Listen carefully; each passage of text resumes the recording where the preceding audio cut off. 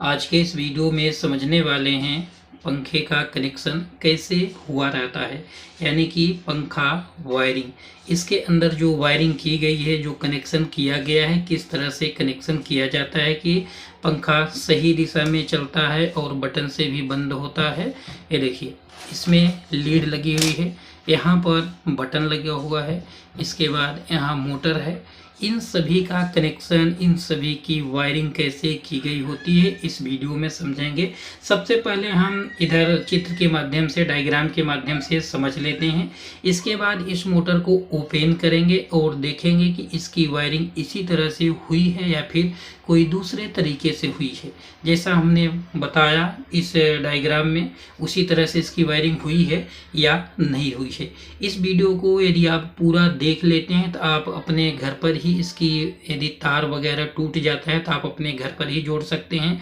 जैसे लीड खराब हो गई तो लीड मार्केट से ला करके आप घर पर ही ज्वाइंट कर सकते हैं। बटन खराब हो गई तो बटन की वायरिंग कैसे की गई हुई है, उसको किस तरह से जोड़ना है, इस वीडियो को यदि आप पूरा देख लेंगे तो आपके समझ में आ जाएगा। इसमें बेसिक 3 ही पार्ट होते हैं। एक लीड होती है, एक बटन होती है और मोटर होती है। इन्हीं में फॉल्ट बहुत ज़्यादा आता है और इन्हीं फॉल्ट को आप दुकान पर ले जाते हैं तो आपसे बहुत सारे पैसे ले लिए जाते हैं। यदि आप इन फॉल्ट को घर पर ठीक कर लेंगे तो आपके पैसे बचेंगे, क्योंकि यदि मोटर में फॉल्ट आता है तो आपको ले जाना ही पड़ेगा। लेकिन कुछ ऐसे फॉल्ट हैं जिनको आप थोड़ा बहुत इधर उधर तार वगैरह जोड़ करके आप घर पर ही इसको ठीक कर सकते हैं। तो चलिए समझ लेते हैं। यहाँ पर लीड है, जैसा कि इसमें पावर सप्लाई की लीड है, इसमें करंट दिया जाता है। तो यहाँ पर बटन भी बना लिए हैं, ये है बटन, ठीक, जो कि बटन इस तरह से होती है। ये देखिए, इस पंखे की जो वाइंडिंग होती है, जो इसकी बंधाई होती है, तो एक स्पीड में होती है, यानी सिंगल स्पीड में होती है। इसमें इस तरह से बटन लगा करके, यह रेगुलेटर है, यह 3 स्पीड में मोटर को चलाने का काम करता है, जो जिसका चित्र हम यहाँ पर बना लिए हैं। इसमें से 2 वायर ये इस तरह से निकले हुए हैं। एक वायर लीड का इसमें जुड़ जाता है और दूसरा वायर मोटर में इस तरह से चला जाता है। यहाँ पर देखिए, लीड से 2 वायर निकले होते हैं इस तरह से, ये देखिए, और ये मोटर हो गई, यह मोटर, यह बटन और यह लीड। इसी का कनेक्शन हम समझेंगे।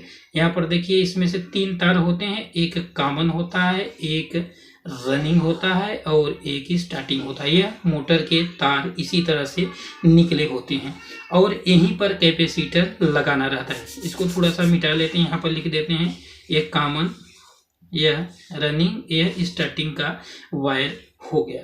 इसी में से रनिंग और स्टार्टिंग वाले पर कैपेसिटर का कनेक्शन करना रहता है। यहाँ पर इस तरह से कैपेसिटर भी बना लेते हैं और कैपेसिटर के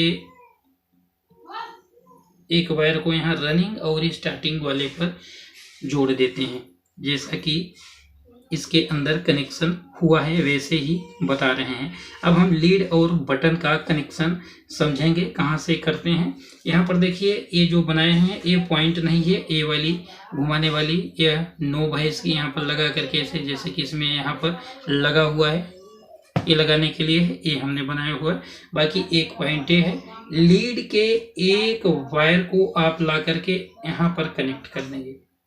यहाँ पर देखिए, लाल और काला इस तरह से वायर है, तो ये समझ में नहीं आ रहा है तो कोई दिक्कत नहीं, आप किसी एक पॉइंट पर इसके लीड के केबल के वायर को यहाँ पर कनेक्ट कर देंगे। दूसरे वाले वायर को या तो आप कैपेसिटर के इस वाले पॉइंट पर कनेक्ट कर देंगे या फिर इस वाले पॉइंट पर। यदि आपके समझ में नहीं आ रहा है तब की बात कर रहे हैं। यदि आप घर पर पंखे की वायरिंग इस तरह से कर रहे हैं तब की बात कर रहे हैं। यदि आप मिस्त्री हैं तो मिस्त्री के लिए तो फिक्स आपको किस पर वायर कहाँ पर जोड़ना है, कौन सा न्यूट्रल है, कौन सा फेस है, उसके लिए अलग से वीडियो आपको देखनी पड़ेगी। यदि आप घर पर पंखे की वायरिंग इस तरह से कर रहे हैं, सीखना चाह रहे हैं, तो आप किसी भी वायर को कहीं पर जोड़ सकते हैं, कोई दिक्कत नहीं। कौन लाल है कौन काला है उससे नहीं लेना देना है। आप इतना भी जानकारी आपके पास नहीं है, लेकिन आपका काम रुकने वाला नहीं है। इस तरह से आप वायरिंग कर देते हैं। इसके एक पॉइंट पर, जैसा कि इसमें पॉइंट बना हुआ है, एक पॉइंट पर लीड के वायर को कनेक्ट कर दिए। दूसरे वाले वायर को या तो आप इस पर कनेक्ट कर दें या फिर इस पर कनेक्ट कर दें। यदि आप इस पर कनेक्ट कर देते हैं तो लीड के एक वायर को यहाँ पर ऐसे जोड़ देंगे। देखिए लीड से 2 वायर निकले हुए हैं, एक वाले वायर को स्विच के एक पॉइंट पर दे दिए हैं। अब स्विच का एक वायर भी इस तरह का बचा हुआ है, उसको आप मोटर के इस वाले पॉइंट पर जोड़ेंगे। देखिए रनिंग वाला पॉइंट। यदि आपको इसके कॉमन रनिंग स्टार्टिंग पहचानना नहीं आता तो आप कमेंट करिए, उसके लिए अलग से वीडियो बना दूंगा। यहाँ पर देखिए कॉमन है, कॉमन वाले पर डायरेक्ट यहाँ लीड का एक वायर आकर के जुड़ जाता है। यहाँ पर डायरेक्ट लीड का एक वायर आकर के जुड़ जाता है, दूसरा जो लीड का वायर है स्विच पर जाता है। इसके बाद यहाँ से आउट हो करके इस पर रनिंग वाले पॉइंट पर आता है। यहाँ पर कैपेसिटर का भी कनेक्शन हुआ है।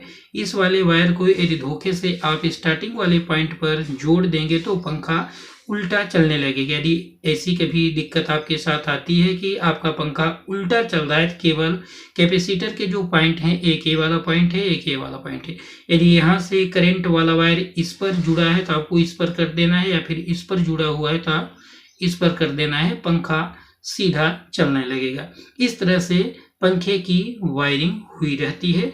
अब हम इसके अंदर देख लेते हैं, इसको ओपन करेंगे, ओपन करके देखेंगे कि आखिर इसकी वायरिंग इसी तरह से हुई है या फिर कैसे हुई। प्लास लेंगे और इसके जो यहाँ के नट है इसको फटाफट से ओपन करेंगे और आपको दिखाने का प्रयास करते हैं।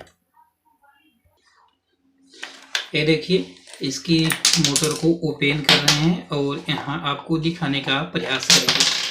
ये देखिए इस तरह से आप मोटर को ऐसे रखेंगे।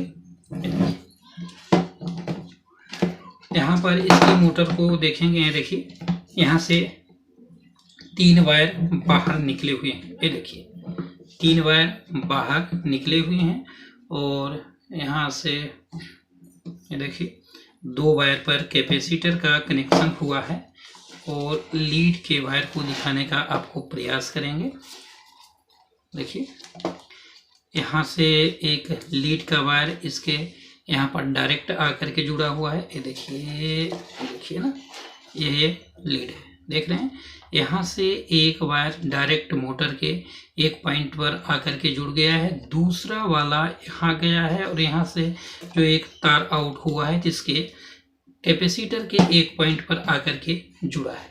ये देखिए इसी तरह से पंखे की वायरिंग की जाती है। यदि कभी कभार लीड खराब हो गई, बटन खराब हो गई, कैपेसिटर खराब हो गया तो आप मिस्टेक ना हो, जैसा कि हमने बताया है उसी तरह से आपको जोड़ देना है और पंखे को घर पर ही ठीक कर लीजिएगा।